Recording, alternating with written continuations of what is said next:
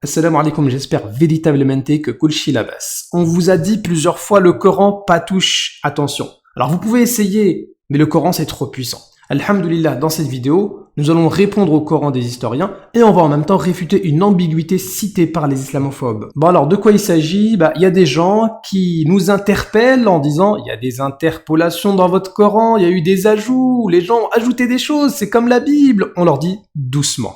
Donnez-nous vos preuves. On va vérifier ensemble. Eh bien, nous allons prendre comme exemple la sourate numéro 23 au verset 14, puisqu'il y a des gens qui prétendent que le verset 14 aurait été un ajout tardif, ou encore que la fin du verset aurait été composée par un être humain. Un homme nommé Abdullah ibn Saïd Nabissar, qui s'était converti à l'islam et est devenu l'un des scribes de Mohammed, mais il a finalement abandonné l'islam et est devenu un apostat. Ils vont se baser essentiellement sur une tradition. On va voir dans la deuxième partie si cette tradition est authentique ou pas. Eh bien, cette tradition indique qu'il y avait un compagnon qui s'appelait Abdullah ibn Abi Sarh. Il était scribe du prophète, alayhi salatu wassalam, et donc il écrivait ce verset. Quand il arrive à la fin de la partie en noir, il aurait lui-même deviné la partie en rouge. Fatabarakallahu ahsanul khaliqin. Et donc le prophète, alayhi salatu wassalam, lui aurait dit, voilà, c'est ce qu'il faut écrire. Et le compagnon en question, il aurait douté comment ça se fait que j'ai pu deviner, etc. Et donc il aurait apostasié. Alors ça, c'est cité donc par le Coran des historiens, mais aussi par ces deux haineux islamophobes. Alors je fais la distinction entre les deux, on peut pas comparer, c'est pas la même chose. Là on a deux islamophobes ignorants, haineux complètement de l'islam. Là on a des chercheurs qui cherchent, mais ils vont pas forcément trouver, qui sont pas forcément haineux de l'islam, mais dans les deux cas, il y a beaucoup de manipulation. Commençons par le Coran des historiens, et puis on va voir, c'est un livre qui raconte beaucoup de choses, mais il y a aussi beaucoup d'histoires inventées. Alors, faut pas forcément le voir comme un livre fait par des islamophobes, c'est simplement un résumé des recherches, entre guillemets, actuelles. Et donc, dedans, il y a beaucoup d'inventions, il y a des choses qui sont dites sans preuve. Un tel pense que ce verset est ajouté, un tel pense que ce verset devrait être là-bas. En fait, il y a beaucoup de choses, il y a beaucoup de blabla sans preuve. Et donc, un exemple qui nous concerne, c'est lorsqu'on prend le tome numéro 2, la sourate numéro 23, page 848, on nous dit « Richard Bell suggère que les mots d'argile, min, tin, ont été ajoutés. » Voilà, il n'y a pas de preuve, c'est juste pour préserver la rime. Donc, il n'y a aucune preuve scientifique. Pareil, on regarde un petit peu en dessous, Blacher souligne la longueur du verset 14 et suppose qu'il s'agit d'une addition postérieure. Donc en fait, leur preuve c'est, faut que ça rime, donc c'est un ajout, le verset semble long, c'est pour ça qu'en fait, partout c'est comme ça, c'est tout le temps comme ça. Ce verset-là semble être une addition, il n'y a pas de preuve, c'est que des inventions. C'est ça la recherche finalement du Coran des historiens, on a l'impression. Ça veut donc dire que n'importe qui prend la sourate numéro 23, la plupart des versets sont courts. Ah, le verset 14 il est plus long, donc c'est un ajout. Voilà, il n'y a pas de preuve, c'est juste comme ça, c'est à vue d'œil, hop. Ou bien, regardons ici là, tous les versets finissent par des noun. Voilà, c'est extraordinaire. Je vais me choisir un verset, ici, pourquoi pas mintin, c'est un ajout. La preuve, partout ça finit par des noun. Donc là, ça a pu être ajouté pour que ce soit cohérent partout, même chose là. Voilà, c'est ça les preuves. Un tel pense que tel professeur, le père de un tel, mais non mais oh, c'est ce qu'on appelle des inventions. Et malheureusement, c'est souvent comme ça dans le Coran des historiens. Voilà, des paroles sans preuve. Bon, on va démontrer maintenant que ça, c'est faux. Bon, la preuve que c'est faux, je vous donne 3 preuves. Premièrement, jusqu'à preuve du contraire, c'est vrai, vous n'avez donné aucune preuve. Deuxièmement, les musulmans apprennent et récitent et lisent le Coran par cœur en prière dans les mosquées devant tout le monde depuis la nuit des temps. Donc s'il y avait eu falsification, hop, on aurait été attrapé directement. Troisièmement, nous avons des manuscrits. Bon, pour ce qui est de Richard Bell et Régis Blacher qui parlent des ajouts, etc., on peut leur pardonner, c'est un gros mot, mais disons qu'ils vivaient à une autre époque, une époque où on n'avait pas bien analysé les manuscrits du Coran. Ok, donc ils pouvaient facilement dire ça ajout, ça pas ajout. Tu veux ajout, ok, ça on va le mettre en mode ajout, ça on va mettre en mode récent, en mode ancien, il n'y a pas de problème. Sauf que aujourd'hui, on a accès aux manuscrits. Et oui, commençons par un manuscrit conservé à Berlin qui date de 662 à 765 à peu près et qui comporte la sourate numéro 23 avec le verset numéro 14, on voit parfaitement Fatabarakallahu ahsanul khaliqin. Un autre manuscrit préservé au Caire qui date de l'an 700, on voit encore une fois Fatabarakallahu ahsanul khaliqin. Encore un autre manuscrit, et celui-là en plus il est important, le Parisino Petropolitanus, vous voyez la date ici, entre 568 et 645, donc c'est très très tôt.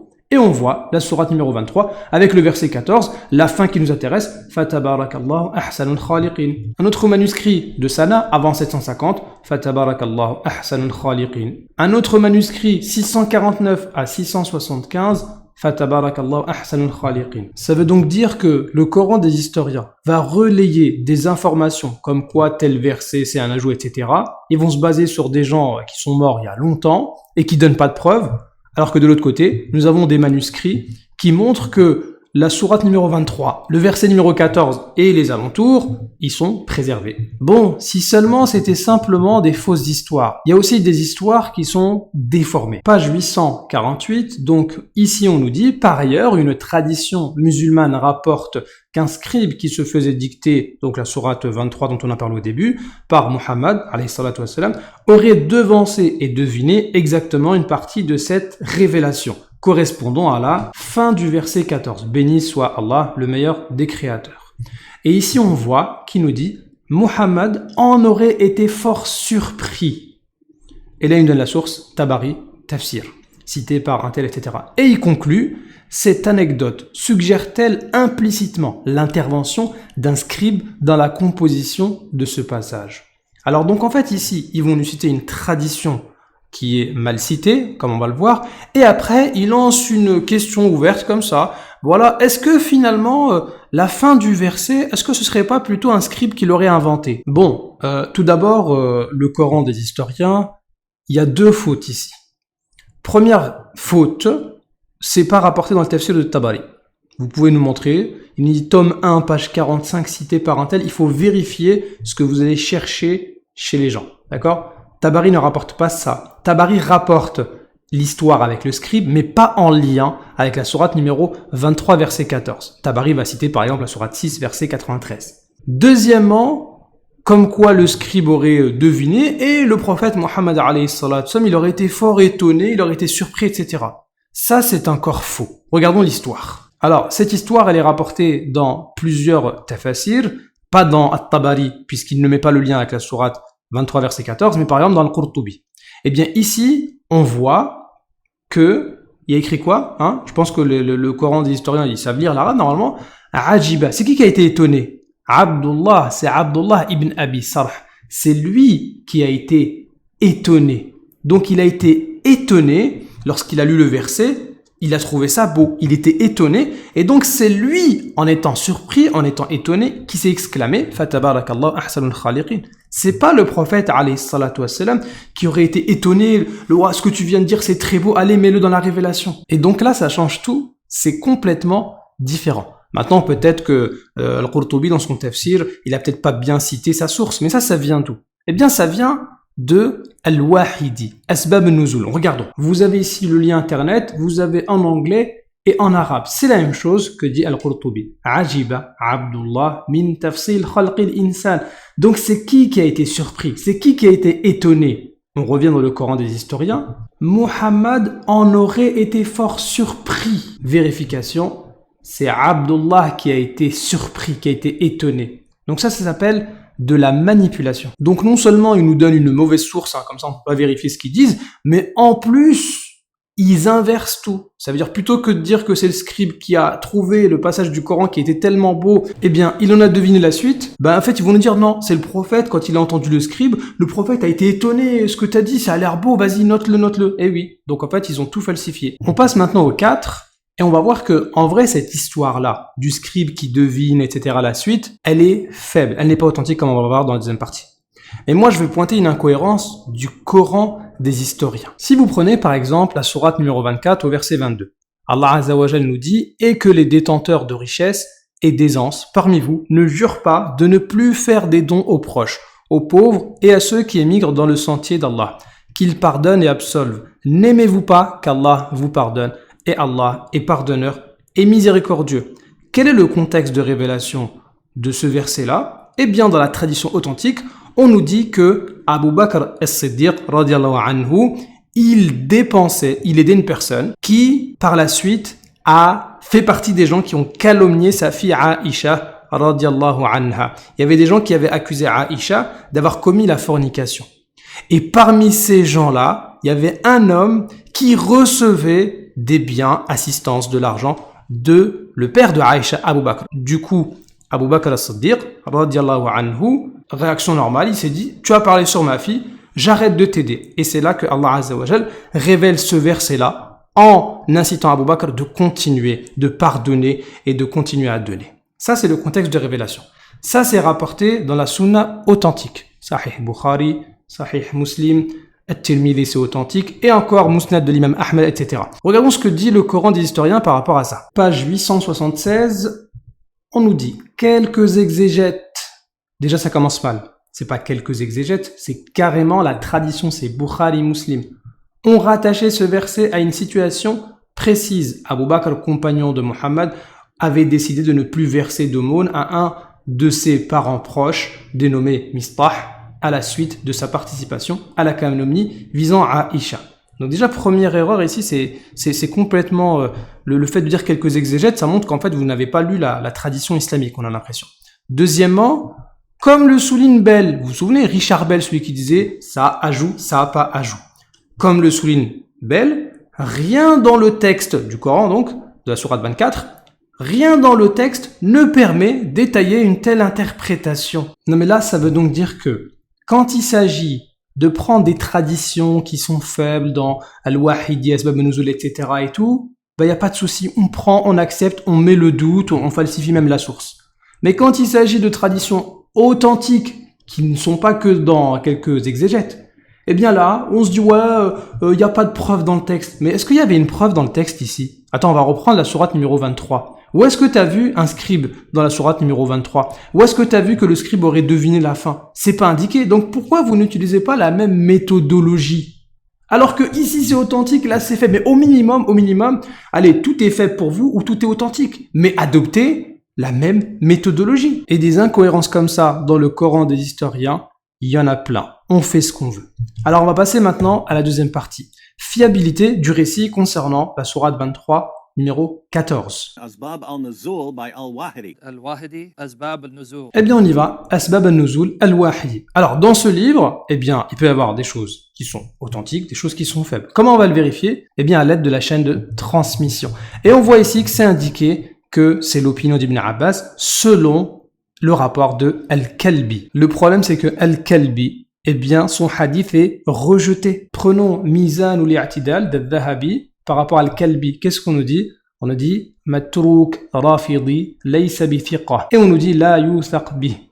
Rejeté, Rafidi, et non fiable. Donc ça veut dire que, en fait, les gens du hadith, ils ont classé Al-Kalbi comme étant quelqu'un de rejeté. Ça veut donc dire que ce rapport, cette information-là de la sourate numéro 23, verset 14, comme quoi le scribe il aurait deviné la fin, eh bien c'est un hadith qui est faible. Ibn Taymiyyah nous dit également Hadha al-isnad laysa bi thiqa. Cette chaîne de transmission n'est pas fiable. Alors là, on parle de Ibn Taymiyyah qui est Cheikh al-Islam. C'est ça, Wood, hein? Ibn Taymiyyah, Cheikh al-Islam. Ibn Taymiyyah, Cheikh al-Islam. Ça veut donc dire que cette histoire-là, elle est fausse, et en plus, elle est fausse selon les sources citées par cet islamophobe-là. Cheikh al-Islam, Ibn Taymiyyah, te dit que cette histoire-là est fausse. Bon, allez, maintenant, admettons, c'est pas grave, l'histoire, et si c'était vrai, est-ce que ça pose un problème? Ça ne pose aucun problème. Le fait de réciter un verset et de deviner la fin, ben, c'est quelque chose qui peut arriver à tout le monde, notamment pour les gens qui apprennent le Coran. Quelqu'un qui apprend le Coran, il est habitué au style du Coran. S'il arrive par exemple à la moitié, il est en train d'essayer d'apprendre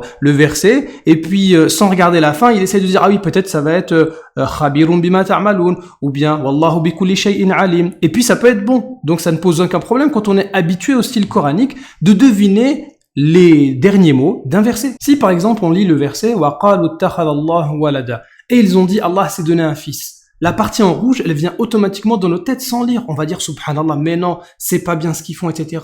Ou bien wattaqullah wa yu'allimukumullah. Quelqu'un qui médite. Imaginez un scribe, parce que le scribe il écrit lentement, donc il médite sur le verset. Et craignez Allah, alors Allah vous enseigne, et là tu commences à se dire, plus je vais craindre Allah Azza wa Jal, plus il va me donner de la connaissance. Mais pourquoi? Parce qu'Allah connaît tout. Et là, c'est effectivement la fin. Wallahu bi kulli shay'in alim. Et bien là, c'est la même chose avec le compagnon qui écrit le verset, il médite, qui trouve le verset tellement beau, qui va dire gloire à Allah, le meilleur des créateurs. Et puis, ça correspond à la fin du verset. D'autant plus que fatabarakallahu ahsanul khaliqin, ce sont des mots qui sont déjà présents dans le Coran en dehors de la sourate numéro 23. Vous voyez ici fatabarakallahu ahsanul khaliqin. Eh bien, on va retrouver ça par exemple dans sourate al-Mulk, le début tabaraka ou dans d'autres sourates. Et on va trouver aussi dans la sourate numéro 37, verset 125, atad'una ba'lan wa tadharuna ahsanal khaliqin. Donc en fait, le compagnon, il a rien inventé. Il a juste repris des mots qu'il a l'habitude de voir dans le Coran. Et en plus, quand on regarde l'ordre chronologique des sourates, on a ici l'ordre traditionnel, et puis on a aussi l'ordre fait par Blacher et puis d'autres islamologues anciens. Et ça, c'est dans le site de l'auteur qui a écrit justement la partie du Coran des historiens qui concerne la sourate numéro 23. Eh bien, on constate que la sourate 37 vient toujours avant la sourate numéro 23. Ça veut donc dire le scribe, quand il devine cette partie-là, eh bien, il y avait déjà la sourate 37 qui avait été révélée. Le scribe aurait aussi pu connaître ces paroles-là, puisqu'il est indiqué que le prophète, alayhi salatu wassalam, lors de la prière en prosternation, il disait Tabarakallahu ahsanul khaliqin, rapporté par Muslim. Donc, c'est pas des paroles qu'il a inventées lui-même, c'est juste des paroles qu'il a déjà entendues et il les a dites au bon moment. Et d'ailleurs, dans le même Asbab al-Nuzul, on nous rapporte que Omar ibn Khattab, radiallahu anhu, le compagnon du prophète, alayhi salatu wassalam, lui aussi avait deviné la fin de ce verset-là. Mais lui n'a pas douté, il n'a pas apostasié. C'est donc tout à fait normal de deviner la fin d'un verset, si d'autant plus, eh bien, les mots qui sont utilisés, on les a déjà vus dans le Coran et qu'on est habitué au style coranique. Par contre, ce qui est très bizarre, c'est quand on prend l'évangile selon Jean, chapitre 11, au verset 49 à 51, pour répondre aux islamophobes, puisque les deux sont chrétiens, eh bien, il y a Caïphe, qui était juif, et qui voulait tuer Jésus. C'était donc un mécréant. Eh bien, il a réussi à deviner, à devancer le Saint-Esprit. Bah oui, il a prophétisé, en gros, il faut qu'on tue Jésus, parce que sinon, ça va causer trop de problèmes, les Romains vont venir nous punir, donc il faut le tuer. Hop, juste après, c'est une prophétie. Voilà, il a prophétisé que Jésus devait mourir. Donc ça veut dire qu'il aurait devancé le Saint-Esprit, et en plus, c'est même pas le même sens repris par le Saint-Esprit. Bon, on laisse tomber. Troisièmement, pourquoi Abdullah ibn Abi Sarh était-il condamné à mort? Et là, ces islamophobes, ils vont nous dire, regardez, il a vu que le Coran était pas vrai, il a apostasié, pourquoi le prophète voulait le tuer, etc. Alors effectivement, le prophète, alayhi salatu wassalam, lors de la reprise de la Mecque, il a ordonné que certaines personnes, à peu près 4, devaient être exécutées, même si elles étaient, cachées au niveau de la Kaaba, etc. Non, il faut les exécuter. Et puis, cette personne-là ne l'a pas été, puisque Uthman, radiallahu anhu, avait intercédé en sa faveur. Et donc, c'est pour ça que le prophète, alayhi salatu wassalam, ne l'aurait pas exécuté ici. Sauf que, ce que nous disent pas ces islamophobes, c'est que justement, si le prophète, alayhi salatu wassalam, a ordonné que plusieurs gens soient pardonnés à la Mecque, sauf ces gens-là, lui et d'autres, c'est que ces gens-là, c'était pas simplement des apostats, qui faisaient rien du tout, qui faisaient leur vie. Justement, en reprenant les mêmes sources citées par les islamophobes, on va voir ce que faisait ce scribe aux musulmans. Alors, dans le même Asbab al-Nuzul cité par l'islamophobe, on nous dit que Abdullah ibn Abi Sarh, il menaçait le prophète, alayhi salatu wassalam, lorsqu'on était à Médine, et donc il lui a dit « Arrête de parler sur nos divinités, et limite même, dis du bien de nos divinités, et alors à ce moment-là, eh bien on te laissera tranquille, toi et ton Dieu. » Ça veut donc dire que c'est pas simplement un scribe qui a apostasié, c'est un scribe qui apostasie et qui va justement menacer le prophète, alayhi salatu wassalam, et les musulmans. Et ça, c'est la même source citée par l'islamophobe. Prenons le tafsir de At-Tabari, qui nous rapporte quelques éléments sur l'histoire de Abdullah ibn Abi Sarh. Pas en lien avec la sourate 23 comme on l'a vu, mais ici, il en parle dans la sourate 6, verset 93. Alors, tout d'abord, est-ce que tu te bases sur At-Tabari? Alors là, je parle à l'islamophobe. Est-ce que tu te bases sur lui ou pas d'habitude?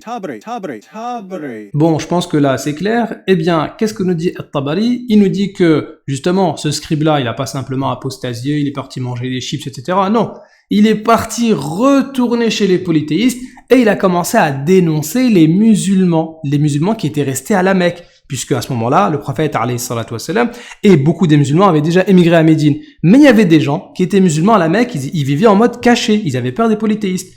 Bah lui, quand il a apostasié, il est reparti, il a dit lui c'est un musulman, lui c'est un musulman, lui c'est un musulman, lui c'est un musulman. Et puis les polythéistes les ont châtiés jusqu'à ce qu'ils renient l'islam. C'est pour ça qu'il y a un verset de la sourate 16 qui est descendu par rapport à ça. Et oui, donc ça veut dire selon les mêmes sources citées par les islamophobes, eh bien on a plus d'informations, c'est pas simplement un scribe qui a apostasié, non, c'est un scribe qui a apostasié, qui appelait à exécuter les musulmans et à renier l'islam. Bon, pour terminer, l'objectif des islamophobes, c'est de nous dire, regardez, c'était un scribe, il connaissait le Coran, il a apostasié, il a vu que le Coran c'était faux, etc. et tout.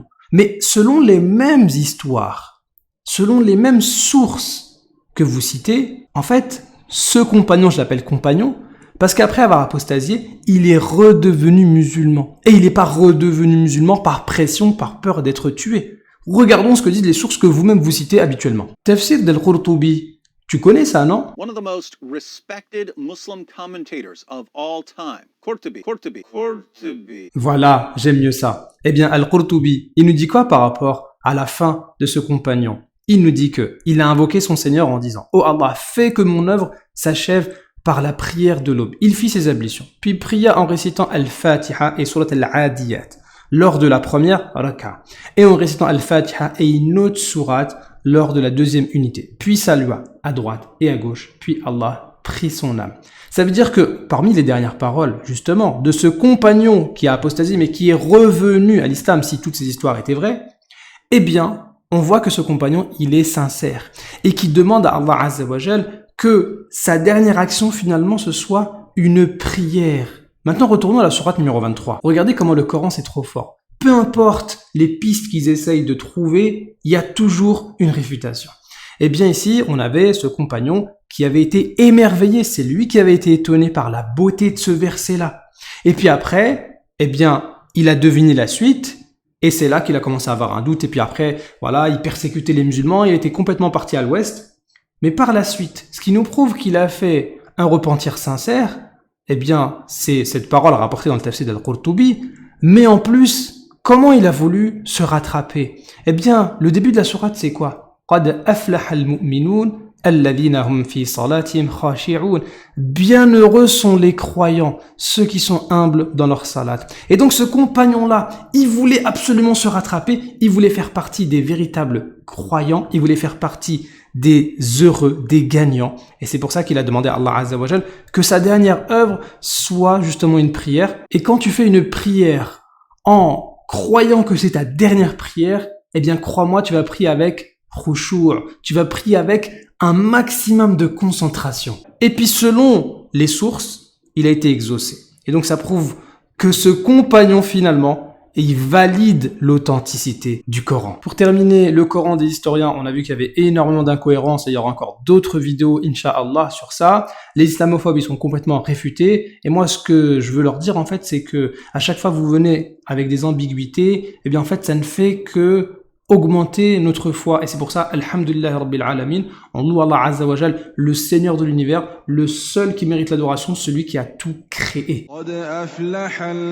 المؤمنون الذين هم في صلاتهم خاشعون والذين هم عن اللغو معرضون والذين هم للزكاة فاعلون والذين هم لفروجهم حافظون إلا على أزواجهم أو ما ملكت أيمانهم فإنهم غير ملومين فمن ابتغى وراء ذلك فأولئك هم العادون والذين هم لأماناتهم وعهدهم راعون والذين هم على صلواتهم يحافظون أولئك هم الوارثون الذين يرثون الفردوس هم فيها خالدون ولقد خلقنا الإنسان من سلالة من طين ثم جعلناه نطفة في قرار مكين ثم خلقنا النطفة علقة فخلقنا العلقة مضغة فخلقنا المضغة عظاما